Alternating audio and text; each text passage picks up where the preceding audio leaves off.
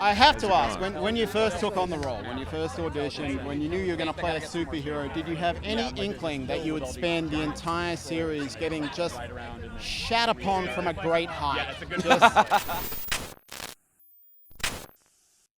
That's why I signed on, actually. No, I had no idea. I mean, you know, the scene that sort of made him an asshole in the first season, you know, it wasn't really, I didn't know that was going to be in there, and then it was like, let's see how much we can put him through. I mean, season 3 they really put me through the grinder, but it's a blast. I mean, it's a lot of fun, like getting to play like the gray area. Obviously, there's a lot of, you know, issues with the deep. He's sort of this deep well of insecurity, which is funny and like kind of pathetic and weird. And I love the curveballs they throw, you know, with like Lucy the Whale and mushroom trips, you know, with the Church of the Collective. It's always a surprise cracking open the script. So yeah, it's great.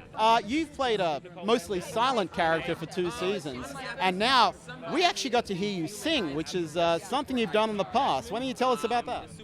Yeah, this season I get to do an entire musical number, and I get to sing. And it's honestly been a very, like, I've had to face my fears because I'm not the best with stage fright when it comes to singing. So I had to kind of overcome that, singing in front of a crew of 200 people. But it's been really fulfilling. Last season, Eric Kripke, our showrunner, was saying he wanted to incorporate music, specifically musicals, because he's really into that, into the show. And I'm so lucky to be the one character that gets to showcase that. Does your mother watch the show, and what does she think of it? No, she doesn't. She doesn't. She watched the first season, but then she stopped because I'm always in peril. I'm always in peril, and she's sick of worrying about me. Hey, Travis. Hey, man. Man. Not too bad. Looks like A-Train brought his A-game tonight. A little bit. I decided to switch it up from Blue and try something different. The Boys is, of course, famously a very foul-mouthed show, and they give all the best foul-mouthed lines to a Kiwi, a New Zealander. As an Australian, do you ever feel the need to raise the bar in terms of swearing, just on set, just behind the scenes? I mean, I definitely do swear on set and behind the scenes, so we're not short of it. Don't worry, guys. I'm getting it in. It's just not on screen. I don't think my character would. I don't think she needs to resort to that. I think she's pretty strategic and chill. She doesn't swear a lot. How have you been enjoying this season? Like, what's been your favorite thing so far? Honestly, I think finally being able to display what makes A-Train tick is kind of my favorite thing. We've seen him like put on a front quite a bit the past 2 seasons, but now this season finally he's like peeling back some layers himself and like really showing people like what's on the inside. I like that. But normally, of course, your character doesn't speak. How do you find as an actor playing a character who doesn't have that tool in their box? You know, you don't get to use your voice. Like, what kind of challenge is that? Yeah, it's a different part of your muscle that you have to use. You know, it's a lot about listening, and then it's a lot, I think, about sending and making sure the message you're trying to portray like kind of lands with the other actor, scene partner, character within the world. So yeah, it comes with its challenges, but it's been a really great experience getting to like pick up the sign language and venture out into this like new new form of communication that I've never experienced before. Because he's really the inciting incident. Like, he killed Huey's girlfriend in the first episode. No, he did. He absolutely did. You know, he sent Huey on the spiral. He's been paying for it ever since. Huey is facing a lot of, what do you call it, mixed loyalties. He's having to make a lot of tough decisions about whose side he's on and what he needs for himself. How are you approaching that? How are you finding that? I just loved that this season we got to play around with Huey and see different sides of him, some sides that weren't altogether likable, which I really enjoyed playing because, you know, I think a character's relatable when they have flaws, and not that Huey is without his flaws, but I liked seeing him explore kind of the darker sides of his personality, because we all have that. We all have parts we don't like about ourselves, and I think it's all about, you know, how you deal with them and how you manage them that makes you a good person or not. So it was really cool for me to kind of explore, you know, Huey's darker side. I thought that was really, really cool. Now, your character is sort of nominally normal, shall we say, and this is a pretty wild show, but are you going to get to do some of the craziest stuff as the series progresses?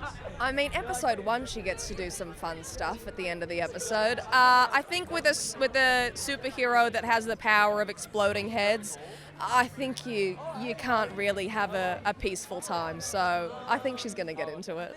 Tell me, like, this is a very controversial, confronting series. Have you ever read something in the script where you've been like, oh hell no, how am I gonna do this? Has there been anything which shocked you? Absolutely. There's been a few things. I mean, dialogue, there's been some action things, there's been some special sequences that are to come that I don't really want to give any spoilers away on, but there's been a lot of moments where I've had to like call my parents and ask them like, what do you guys think about this? You know what I mean? Before we call Eric, because we know he's going to push the envelope. And also, if you hint towards being uncomfortable about something, they double down on it. When you're playing a character like this who is, shall we say, morally compromised, how do you plug into it? How do you sort of bring the humanity to that? Right. No, it's a good question because I think Kripke from the outset it was it's a superhero show, but they used it as a lens to talk about all these real world issues, and part of that was they want us to play the gray area, the human, he's always like in those absurdist moments. The more genuine you play it, the better it's going to be. The more like quieter and real it is, and so that's how I think we all attack these scenes, and I think that's what really makes it audience connect. And in normal superhero fare, everyone's sort of the moral compass or these sort of formulaic arcs, and obviously that's not our show or style. There's definitely some surprises, so it's always fun getting to do that. As an actor, how do you deal with that? How do you empathize with someone who's done horrible stuff? Like what kind of techniques do you bring to bear? I try to find.